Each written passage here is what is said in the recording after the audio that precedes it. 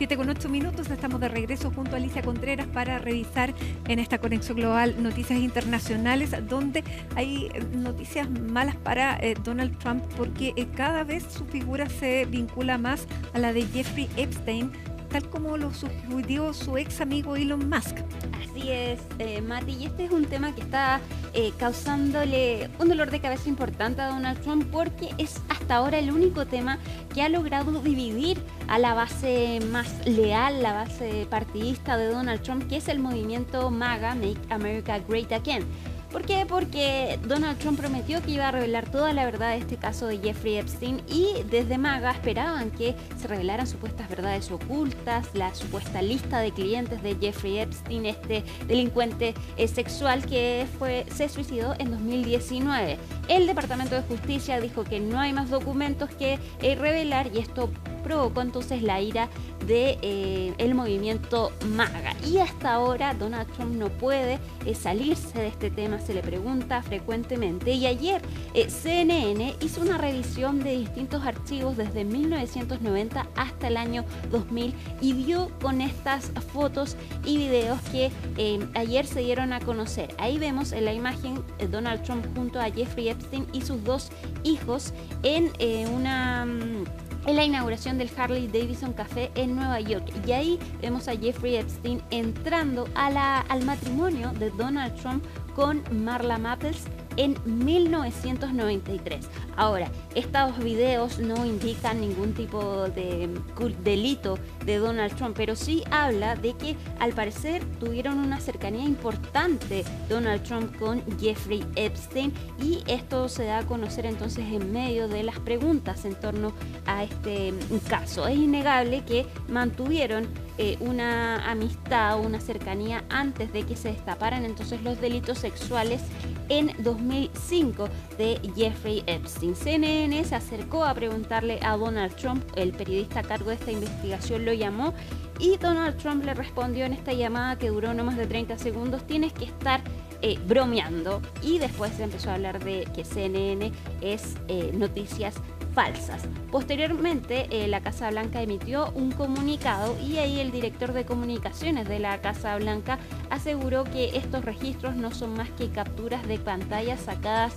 de contexto para insinuar de forma repugnante algo malicioso. Y además asegura que el presidente Donald Trump expulsó a Jeffrey Epstein de su club por ser un cretino. Ahora, CNN también se contactó con el hermano de Jeffrey Epstein y tuvieron una conversación telefónica que se emitió en vivo, y el hermano de Jeffrey Epstein habló de una amistad cercana entre Donald Trump y Epstein. Veamos el informe. From what you saw, how close was your brother to Donald Trump? They were very close. They were good friends. Jeffrey used to sometimes tell me things that Donald said that were funny. I know Donald was in Jeff's office a lot back in the 90s. It's documented that Donald flew on Jeff's plane a number of times. I don't know if they ever checked, but I know Jeff flew on Donald's plane also. I don't know if they've ever looked at his flight logs. And they were good friends. I mean, I flew on Jeff's plane. It's known I was on a plane in 1999. Flying up from Florida, and Donald was with us. You know, and we were all joking around. They were good friends. So, tell me about that. I know there was something on that flight that you remember about your brother and Trump. What is it? Well, it was a funny thing when we were talking, and stick a pin in that. A couple weeks or a week before that flight, I was talking to Jeffrey, and he told me that he was talking to Donald, and he asked Donald, "How come you sleep with so many married women?" And Donald's answer was, because it's so wrong. Now, amongst guys, it was a funny line. And then when we were on the plane a week or two later, Jeffrey asked Donald the same question. I know he did that for my benefit so that I could hear Donald say it. And Jeffrey asked him, how come you sleep with so many married women? And Donald said, because it's so wrong. Now, it's a funny line, but the answer is not the poignant part of the story here. The question is the poignant part, because for Jeffrey to ask him that question, number one, he would have to know that Donald slept with a lot of married women, so and he probably got that information from Donald. And it also, implies a confidence. that's not the kind of question you ask a casual acquaintance, you know, how come you slept with so many married women? That's a question you ask a good friend that you can get away with asking those kind of questions. So that gives you an idea of how friendly they were. When did your brother first tell you that he was in legal trouble? When did you know anything about what he was doing? It was about 2006 when he first got into trouble. You know, it's known prior to Jeffrey's death, you know, I hadn't seen him for 7 years, although we were always in touch, you know, communication with telephone or emails, but we just never got together. And for the 12 years prior to that period of time, from like 2004 until 2008, we only got together maybe a half a dozen times or so, but we were always in contact. And in 2006, Jeffrey asked me to come up to his place uptown. He wanted to talk to me. So I was uptown. I stopped by. I'm not uptown all that much back then. I live downtown, and I sort of joke. I say to go above 14th Street, I need a visa. But so I went to talk to him, and that's when he told me that he was getting in trouble for being with girls that were too young. He said he was stupid, but he wanted me to hear it from him as opposed to hearing it on the news or something. And that's when I first found out, in 2006. CNN también reveló un video de 1999 en el que se ve a Donald Trump hablando junto a Jeffrey Epstein en un desfile de Victoria's Secret. También se ve la esposa de Donald Trump, Melania Trump. Esto es antes entonces que salieran a la luz los casos, las denuncias en contra de Jeffrey Epstein, pero de todas maneras esto está creando una crisis de confianza dentro del electorado que apoyaba fervientemente a Donald Trump. Asimismo, les informábamos que la semana pasada el Wall Street Journal reveló una tarjeta de cumpleaños que Donald Trump le entregó a Jeffrey Epstein y que fue firmada con el apellido Donald Trump, pero también contenía una figura de una mujer desnuda. Donald Trump negó completamente esta tarjeta de cumpleaños y, para callar entonces esta polémica, pidió al Departamento de Justicia que hiciera una solicitud para revelar o hacer públicos más bien el testimonio del jurado del caso de Jeffrey Epstein. Hoy una jueza de Florida negó esta solicitud, dado que según lo que dijo la jueza, esto es solo para un tema político y no se trata entonces de revelar datos para una investigación judicial. Y acá enfrenta otro obstáculo entonces Donald Trump para terminar con este caso que le está dando un dolor de cabeza importante al mandatario y que hasta ahora no ha podido dar por finalizado. Nos vamos ahora a Gaza, donde continúa esta crisis de hambre y a toda la población de Gaza está en riesgo de hambruna, según lo que han dicho organizaciones internacionales. Y además, 100 organizaciones internacionales ya exigieron un alto al fuego en Gaza porque aseguran que la población se está consumiendo, que no tiene alimentos entonces, y ya van 110 personas muertas por desnutrición en el enclave palestino. Hoy se refirió por primera vez el gobierno de Israel a esta situación y, según el portavoz del gobierno israelí, no hay una responsabilidad de Israel en esta crisis alimentaria. Aseguró el gobierno de Israel que en Gaza no hay hambruna, sino más bien una escasez de alimentos, y culpan a Hamás por este hecho, algo que contradice completamente lo que dicen las organizaciones que trabajan en el enclave palestino y que de hecho aseguran que el mismo personal sanitario en Gaza está pasando hambre y que muchas veces se desmayan realizando entonces trabajos de salud en el enclave palestino. Escuchemos lo que dijo el gobierno de Israel y también lo que denuncia Médicos Sin Fronteras de lo que está pasando en Gaza. En Gaza no hay hambruna causada por Israel. Hay, en cambio, una escasez provocada por Hamás. Con demasiada frecuencia, no se cuenta toda la historia. El sufrimiento existe porque Hamás lo ha creado. El sufrimiento existe porque Hamás lo ha provocado. jamás se apropia de la ayuda. Cobran a su propia gente, se supone que esta ayuda llega gratis a Gaza. Tienen derecho a recibirla gratis. La venden a comerciantes y a la población de Gaza a precios exorbitantes y usan el dinero para pagar a sus combatientes terroristas.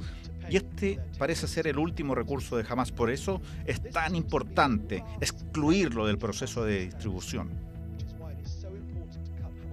Yo te indicaría una vez más el caso de Japón. Me parece que es muy ilustrativo de que parezca que Trump obtuvo enormes concesiones, en el caso de Japón, de inversiones extranjeras que van a ir a la economía estadounidense, que yo creo que de todas... Bueno, ahí teníamos entonces al vocero del gobierno israelí y vamos ahora al siguiente tema. Nos vamos a Estados Unidos porque Estados Unidos logró un acuerdo comercial con Japón y estableció un arancel al país nipón de 15%. Esta es una tarifa menor al 25% que había anunciado Donald Trump en el pasado. Y es interesante lo que pasa acá con esta política comercial de Donald Trump, porque ahora se celebra este acuerdo comercial, esta tarifa del 15% que se impone, por ejemplo, a Japón, pero de todas maneras es una cifra importantísima y elevada, considerando que antes no había aranceles hacia este país. Y esto habla entonces quizás de la estrategia del mandatario estadounidense de anunciar aranceles muy altos para finalmente lograr un acuerdo comercial con ese país en particular y lograr otro número que de todas maneras es bien alto. El acuerdo en particular con Japón es que este país va a invertir $500 mil millones en Estados Unidos y según lo que dijo Donald Trump, el país va a retener el 90% de los beneficios. Y además el mandatario aseguró que los aranceles están funcionando mejor de lo que nadie, excepto yo, hubiese pensado. Y es verdad que se está notando un triunfo importante Donald Trump, pero de todas maneras los analistas, los economistas aseguran que si bien Estados Unidos va a recibir un dinero importante a raíz de estos aranceles, de todas maneras hay un déficit importante en el país debido a los recortes que está realizando, por ejemplo, Donald Trump de los impuestos, y esto entonces no va a equilibrar la balanza. Hoy en Conexión Global Prime vamos a hablar de lo que han sido estos 6 meses de gobierno de Donald Trump, incluyendo sus políticas arancelarias, y hablamos además con Sergio Negrete, economista, doctor en economía mexicano, con quien hemos conversado desde el inicio de estos aranceles por parte de Donald Trump, y quien aseguró que esto indica entonces que al parecer estos aranceles se van a mantener entre un 10 y un 15% para todos los países, pero que de todas maneras no es una buena política comercial. Escuchemos un adelanto de lo que nos dijo Sergio Negrete. Yo te indicaría una vez más el caso de Japón. Me parece que es muy ilustrativo de que parezca que Trump obtuvo enormes concesiones, en el caso de Japón, de inversiones extranjeras que van a ir a la economía estadounidense, que yo creo que de todas maneras iban a ir. Pero bueno, entonces, acuerdos que hagan sentir bien a Donald Trump, y reitero, implantar su arancel. Ya vemos que el piso puede ser 10 incluso, como fue el caso de Reino Unido, pero del 10-15% prácticamente nadie se libra. Entonces, acostumbrarnos a un proteccionismo elevado, significativo, irracional, porque lo es, pero que dejemos atrás esta locura, estos rebotes de sube, baja, tú me subes el arancel, ahora yo te lo subo a ti, ahora yo me peleo contigo, tú me gritas, yo te grito. Estoy hablando en este caso específico últimamente de Lula con Trump. Pero ha sido Lula, ha sido Colombia, la economía global transformada en un circo, con el cirquero llamado Donald Trump. La verdad es una tristeza lo que está ocurriendo, lo vamos a pagar muy caro todos, incluyendo los Estados Unidos, pero cuando tienes a un ignorante en economía mandando en la economía, estos son los resultados que obtienes. Bueno, tema entonces que vamos a analizar en profundidad en Conexión Global Prime a las 10 de la noche. Vamos a cambiar de tema y nos vamos a ir a Ucrania, donde se están registrando por primera vez protestas en contra del gobierno de Volodymyr Zelensky desde que comenzó la guerra con Rusia. Esto es por una medida que el presidente Volodymyr Zelensky promulgó una ley para frenar a las agencias anticorrupción. Se trata de una ley que otorga la supervisión de 2 agencias anticorrupción que son claves para el país al fiscal general. Pero este fiscal general es una figura designada políticamente, y eso entonces ha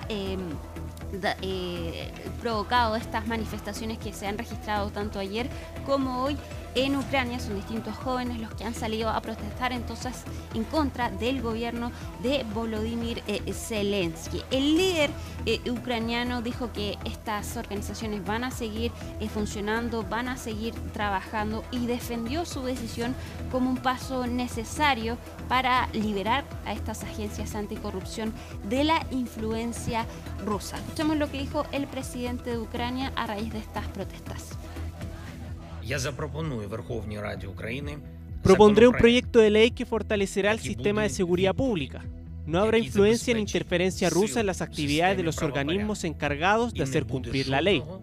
Y, lo que es más importante, se cumplirán todos los estándares de independencia de las instituciones anticorrupción. Y lo más importante sigue siendo no perder la unidad del país, poner fin a esta guerra, detener este mal ruso y brindar a Ucrania una paz justa, y tal como todos la entendemos, como parte integral de Europa. Lo haremos. Vamos ahora a Europa porque se está registrando una nueva ola de calor, y uno de los efectos son los incendios forestales. En Turquía, por ejemplo, 10 personas murieron a raíz de estos incendios forestales intentando contener las llamas. Se trata de 10 trabajadores entonces que murieron, y además hay 14 heridos por estos incendios. Y asimismo, esta ola de calor en Europa ha obligado, por ejemplo, a cerrar centros turísticos en Grecia y a tomar medidas de precaución para proteger a los trabajadores, por ejemplo, que laboran bajo el sol y obligándolos entonces a dejar de trabajar por algunas horas. Veamos el informe de Michelle Recasens. El verano europeo se ha convertido en una verdadera pesadilla. Una feroz ola de calor empuja los termómetros a cifras extremas, obligando al cierre de sitios turísticos, paralizando actividades al aire libre y activando alarmas sanitarias en varios países. Italia encabeza la lista de los más afectados. El avance del anticiclón africano ha disparado el termómetro hasta los 46 grados Celsius, sobre todo en el sur del país. Regiones como Apulia y Basilicata registraron a 44 grados en la sombra. Las autoridades restringieron los trabajos al aire libre durante las horas más críticas del día como medida de precaución. Aire acondicionado y ventiladores, y sobre todo por la noche. Si no tienes ventilador ni aire acondicionado, te sientes como si te murieras, sudas. Está realmente caliente aquí. No esperaba que fuera tan extremo. Grecia también sufre las consecuencias del calor extremo. Las temperaturas han alcanzado los 41 grados y podrían llegar a los 43. Ante este escenario, y al igual que en Italia, se han implementado pausas laborales obligatorias para quienes trabajan bajo el sol. En Atenas, la Acrópolis permanece cerrada entre la 1 y las 5 de la tarde para proteger a turistas y empleados del sofocante calor.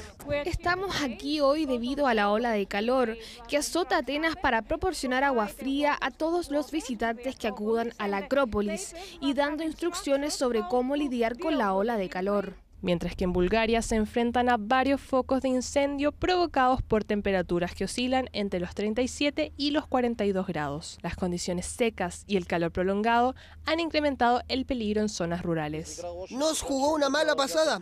El viento giró hacia el pueblo, hacia las casas. La situación es igualmente preocupante en Turquía, donde gran parte del territorio experimenta temperaturas superiores a los 40 grados.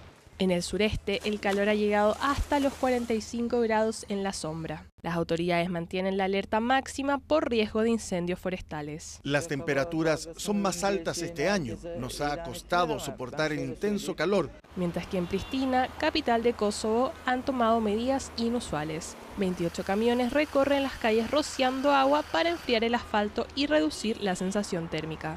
En paralelo, se ordenó que los trabajos de construcción se realicen de noche cuando baja la sensación térmica.